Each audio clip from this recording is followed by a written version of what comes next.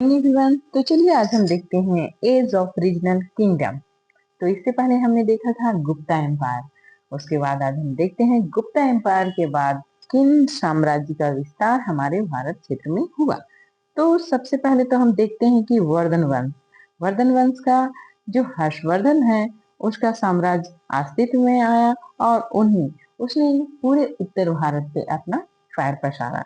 धीरे धीरे वर्धन वंश का साम्राज्य पूरे उत्तर भारत में फैल गया और वह उस समय का वर्धन वंश का एक प्रतापी राजा था और उसका नाम था हर्षवर्धन। उसका नाम क्या था? हर्षवर्धन। हर्षवर्धन का कार्यकाल क्या है? 606 एडी टू 647 एडी।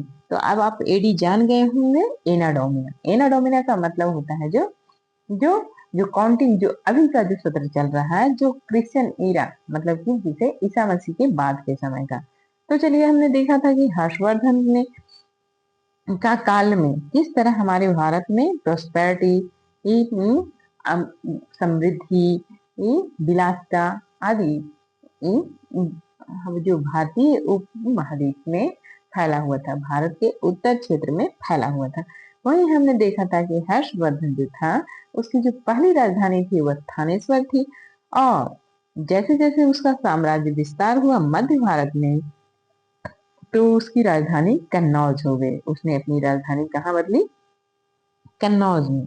कन्नौज में बदली ताकि वह पूरे भारत, जिस जिस क्षेत्र पे उसका अधिपत्य है, उन सभी क्षेत्रों पे अपनी कमान संभाल सके।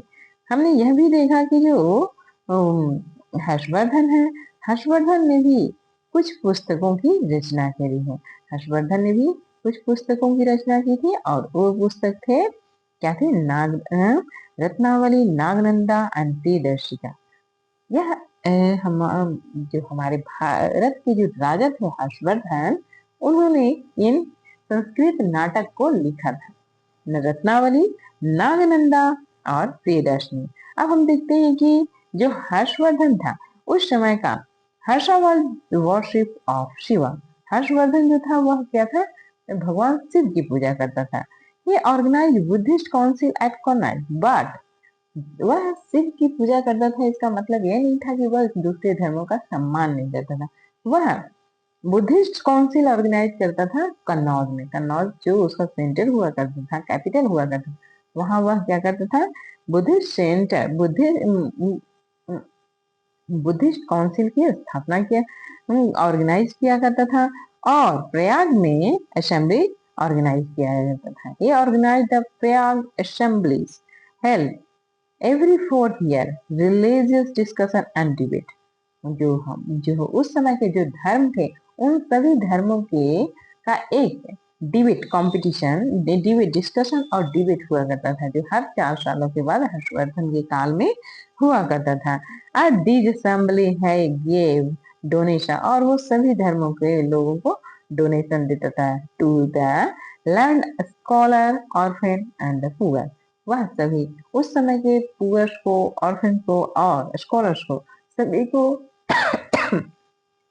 सॉरी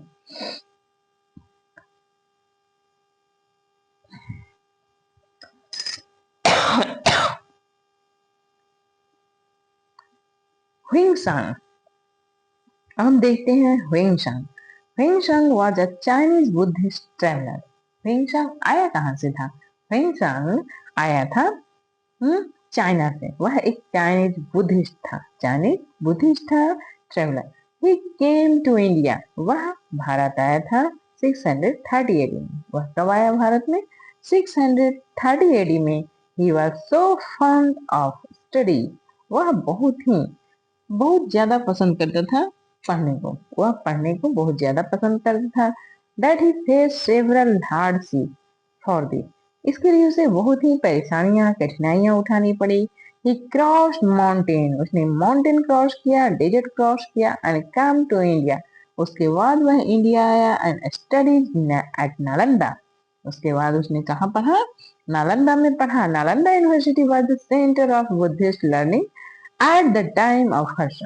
जो हर्ष के समय में बुद्धिस्ट लर्निंग सेंटर था वह नालंदा यूनिवर्सिटी था।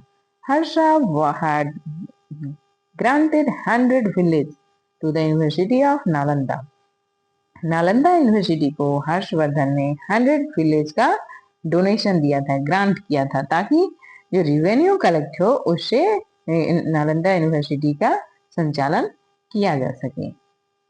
ह्वेंशांग stay for 5 years in India. Hiuen Tsang India में 5 सालों तक स्टे किया था, रुका था। When he returned, he wrote his travel। वह जब यहाँ से रिटर्न हुआ तो उसने अपने यात्रा वृतांत को लिखा था। He said, वह कहता है that Buddhist in India was not as popular as he had thought। बोल रहा है कि मैं जैसा सोचता था वैसा इंडिया में बौद्धिज्म का प्रचार पॉपुलर नहीं है। मतलब वह सोचता था कि इंडिया में बहुत ज्यादा बुद्धिज्म का विस्तार होगा, लेकिन वैसा कुछ नहीं पाया गया। ह्वेंशांग ट्रेवल टू छत्तीसगढ़ टू, बोला कि ह्वेंशांग छत्तीसगढ़ भी आया था। he has said that the prominent city Sirpur, उस समय का प्रमुख सिटी कौन थे? सिरपुर थे। ऑफ साउथ कौशल, साउथ कौशल की का कैपिटल, साउथ कौशल की राजधानी उस समय सिरपुर हुआ करता था, और सिरपुर उस समय का एक प्रमुख शहर हुआ करता था। One of the main centre of Buddhist literature at that time, बोल रहा है कि उस समय का बुद्धिस्ट लिटरेचर एट दैट, उस समय का जो सिरपुर था उस समय का बुद्धिस्ट लिटरेचर का बहुत बड़ा सेंटर हुआ करता था। अब देखिए हम साउदर्न किंगडम को देखते हैं कि साउदर्न किंगडम में उस समय, जिस समय हर्षवर्धन उत्तर में शासन कर रहा था, उस समय साउथ में हमारे भारत में कौन शासन कर रहा था? तो एक है Chalukya. Chalukya at this time southern India, that is Maharashtra and Karnataka was ruled by the Chalukya. Their capitals was Vatapi and Badami। हो रहा है कि जिस समय भारत में नॉर्दर्न इंडिया में हर्षवर्धन शासन कर रहा था, उसी समय साउथ इंडिया में महाराष्ट्र कर्नाटक में रूल कर रहा था चालुक्य। महाराष्ट्र और कर्नाटक में रूल कर रहा था कौन? चालुक्य। और उसकी जो राजधानी थी वह बातापी थी, बादामी थी। Next, the most renewed ruler of the Chalukya was Pulakeshin द्वितीय। बोल रहा है कि most renewed ruler of the Chalukya, जो चालुक्य वंश का बहुत ही प्रतापी राजा था पुलकेशिन द्वितीय। ही हैड डिफीटेड, उसने हराया था हर्षवर्धन को। हमने पढ़ा था कि जब हर्षवर्धन ने दक्षिण भारत की ओर विजय की पहल करी तो उसे पुलकेशिन द्वितीय ने हराया था। तो पुलकेशिन द्वितीय चालुक्य वंश का प्रतापी राजा था। Rule Deccan south for a long time, बोल रहा है कि ही defeated Harshvardhan and rule Deccan, और उसने हर्षवर्धन को हराया और रूल किया डेक्कन। डेक्कन मतलब साउथ को फॉर लॉन्ग टाइम, बहुत लंबे समय के लिए उसने साउथ पे अपना शासन स्थापित किया। He had also defeated the Pallava king Mahadev Varman. तो पुलकेशिन द्वितीय ने महादेव वर्मन, जो पल्लव वंश का शासक महादेव वर्मन था, उसे भी हराया था। बट लेटर ऑन, लेकिन कुछ समय बाद ही वॉज डिफीटेड, लेकिन कुछ समय बाद क्या हुआ? वह खुद हार गया बाय नरसिंह वर्मन। वह किससे हारा? नरसिंह वर्मन से। Vatapi the capital of Chalukya, Vatapi जो था वह क्या था? चालुक्यों का कैपिटल था। Was the flourishing city. Flourishing city मतलब होता है कि बहुत ही अच्छा शहर था, बहुत ही फल फूल रहा था, मतलब बहुत ही प्रोग्रेसिव था, बहुत ही संपन्न शहर था। Foreign traders with Iran, Arabia, ports and the red sea of and south east Asia flourished under the Chalukya. क्या बोल रहे हैं कि वातापी उस समय का बहुत ही समृद्ध शहर था, बहुत ही प्रोग्रेसिव शहर था, बहुत ही संपन्न शहर था, तथा इसका दूसरे देशों से, ईरान से, अरबिया से, पोर्ट से, रेड सी आदि से, साउथ ईस्टर्न एशिया से इसका व्यापार होता था, जिसके कारण यह बहुत ही प्रोग्रेस कर रहा था सर, इसका बहुत ही विस्तार हुआ। Chalukya king, Chalukya kings were great patrons of art. बोल रहा है कि जो चालुक्य के किंग थे वह बहुत बड़े आर्ट के, कला के, कला आर्ट में कला के भक्त थे। वो कला को बहुत ही अधिक संरक्षण दिए थे। They give large amount of money for the construction of cave temple on the hill of the Deccan. बोल रहा है कि जो जो राजा थे वह बहुत ज्यादा, बहुत गिव लार्ज अमाउंट, बहुत अधिक अमाउंट मनी देते थे। किसके लिए? Construction of cave temple. उस समय केव टेम्पल का बहुत ही ज्यादा बनाया गया। उस समय केव टेम्पल बहुत अधिक बनाया गया। इसके लिए केव को, जैसे पत्थरों को, जो बहुत बड़े बड़े जो मंदिर होते थे उन्हें एक ही पत्थर, जैसे ऊपर से उन्हें बहुत ही बारीकी से उन्हें मंदिर का रूप दिया जाता था। पूरे पहाड़ को ही काट कर एक मंदिर का रूप दिया जाता था। तो उसमें बहुत अधिक पैसे लगते थे। तो जो चालुक्य शासक थे वो बहुत ही मनी का डोनेशन करते थे। A large some of money was given by the Chalukya for the construction of world famous Ajanta and Ellora cave। आपने देखा होगा कि अजंता एलोरा बहुत ही फेमस स्टोन के या केव है, केव टेम्पल है। तो इसके इसको इसको बनवाने का श्रेय चालुक्य शासक को है। इसको बनाने का श्रेय किसको है? चालुक्य शासक का। A picture of Ajanta cave so Pulkesin Dutye welcoming the ambassador of Iran।